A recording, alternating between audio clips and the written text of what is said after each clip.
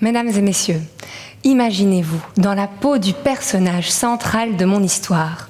Vous êtes une anguille. Vous êtes un poisson pas comme les autres, et pour cause.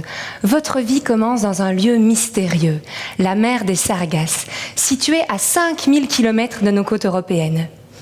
Un premier voyage transatlantique vous amène dans nos lacs et rivières d'Europe.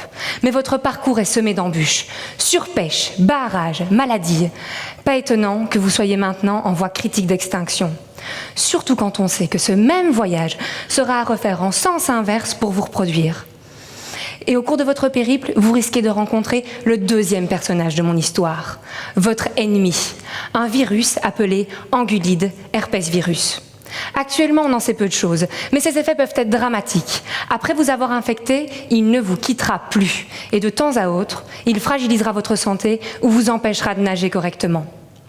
Mon rôle dans cette histoire est d'étudier ce virus, connaître votre ennemi pour mieux le combattre et parvenir au but de ma thèse, développer un vaccin qui vous protégera. Mais comment traquer cet ennemi microscopique lorsqu'on est dans l'inconnu, le noir complet ? C'est ici qu'intervient le troisième protagoniste, la luciole. Il nous fallait un allié. La luciole, elle a un atout, la lumière. J'ai utilisé la lumière de la luciole pour révéler la présence du virus. Bien entendu, je n'ai pas dompté des lucioles microscopiques à suivre à la trace le virus en question. Dans mon laboratoire, j'ai créé un virus modifié génétiquement. J'ai emprunté le gène de la luciole qui lui permet de produire de la lumière et je l'ai inséré dans le génome du virus.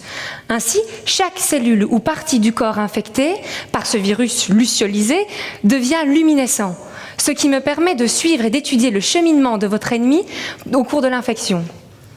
Grâce à cet outil, j'ai pu répondre à une première question. Comment ce virus fait-il pour se transmettre d'une anguille à une autre ? Pour cela, j'ai utilisé deux types d'aquariums. Dans le premier, des anguilles malades, infectées, pouvaient côtoyer librement des anguilles saines, alors que dans l'autre, une cloison les séparait. Cette expérience m'a permis de découvrir que ce virus se transmet rapidement par contact physique. Alors ce soir, très chères anguilles, évitez le pot à pot, car il me reste encore des informations essentielles à mettre en lumière sur ce virus. Identifier les armes qu'il utilise pour sévir, afin de produire un vaccin qui vous protégera. Morale de cette histoire, si l'anguille nous glisse littéralement entre les doigts lorsqu'on essaie de l'attraper, c'est bel et bien son avenir qui se trouve maintenant entre nos mains. Je vous remercie.